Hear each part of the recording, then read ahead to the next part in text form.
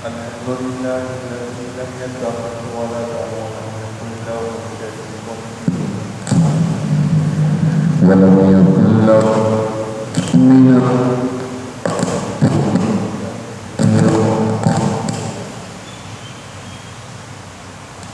وأشهد أن لا إله إلا الله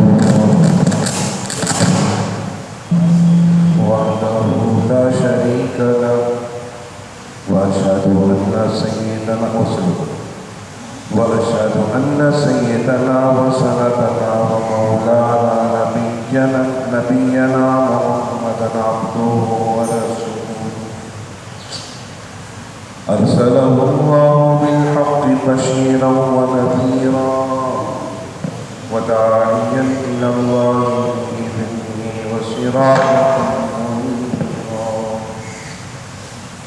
صلى الله تعالى عليه وعلى آله وصحبه وبارك وسلم وعلى آله وصحبه وبارك وسلم تسليما كثيرا كثيرا أما بعد قال الله تبارك وتعالى في كلامه المجيد والقرآن الحميد أعوذ بالله من الشيطان الرجيم بسم الله الرحمن الرحيم والسماء ذات البروج واليوم الموعود وشاهد ومشهود قتل أصحاب الأخدود النار ذات الوقود إذ هم عليها قعود وهم على ما يفعلون بالمؤمنين شهود آمنت بالله صدق الله العظيم وصدق رسوله النبي الكريم ونحن على ذلك لمن الشاهدين والشاكرين والحمد لله رب العالمين.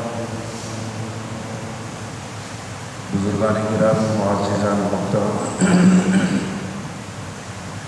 اللہ رب العزت کی توفیق سے ہم سب کا یہاں نماز جمعہ کی ادائیگی کے لیے حاضر ہونا اور اس کے ساتھ ساتھ اللہ رب العزت کی توفیق کہ وہ رب کائنات مجھے اور آپ کو دین کی بات کرنے کے ساتھ ساتھ دین کی بات سننے کی توفیق دے رہا ہے. دعا کریں کہ اللہ رب العزت مجھے اور آپ کو دین کی معاملات میں دینی احکامات کا متبع بنائیں، قرآن کی نواہی سے بچنے کی توفیق عطا فرمائیں اور ہم سب کو اللہ رب العزت محبوب کائنات سرور عالم صلی اللہ علیہ وسلم کی ختم نبوت کے پہرے داری کے لیے شرف قبولیت نصیب فرمائیں. میرے پیارے دوستو، زندگی بڑی مختصر ہے اور انتہائی تیزی کے ساتھ وقت گزرتا جا رہا ہے. نہ عمر میں برکت رہی، نہ وقت میں برکت رہی، نہ مال و رزق میں برکت رہی. اللہ رب العزت نے مجھے اور آپ کو جن جن نعمتوں سے نوازا، ان تمام نعمتوں کا اگر میں اور آپ شکر کرنا چاہیں تو اللہ رب العزت نے قرآن میں اس بات کی طرف یوں اشارہ فرمایا وَإِن تَعُدُّوا نِعْمَةَ اللَّهِ لَا تُحْصُوهَا. اللہ نے تم کو جو لامحدود نعمتیں عطا کی ہیں، تم ان نعمتوں کی شکر گزاری ساری زندگی میں کرتے رہو. تم ان نعمتوں کا شمار نہیں کر سکتے کہ جو انعام اللہ نے تم کو دیا. ان نعمتوں کو تم اپنی گنتی میں ہی نہیں لا سکتے. تو دوستو، اس لیے فرمایا، آپ صلی اللہ علیہ وسلم نے فرمایا کہ تم اللہ کا شکر کرو تو کرو. اللہم لک الشکر، اللہم لک الشکر، اللہم لک الحمد، اللہم لک الشکر حمدا کثیرا وشکرا کثیرا. کہ اللہ تیری تعریف میں کثرت کے ساتھ کرتا ہوں، اتنی کثرت کہ اس کی کوئی تعداد نہیں، اور اتنا میں تیرا شکر بجا لاتا ہوں، تیری ہر نعمت پر اتنا شکر بجا لاتا ہوں کہ اس کی کوئی کثرت، کوئی شمار. تو یہ اپنی زبان سے کہتے رہنا چاہیے، اللہم لک الحمد حمدا کثیرا ولک الشکر شکرا کثیرا.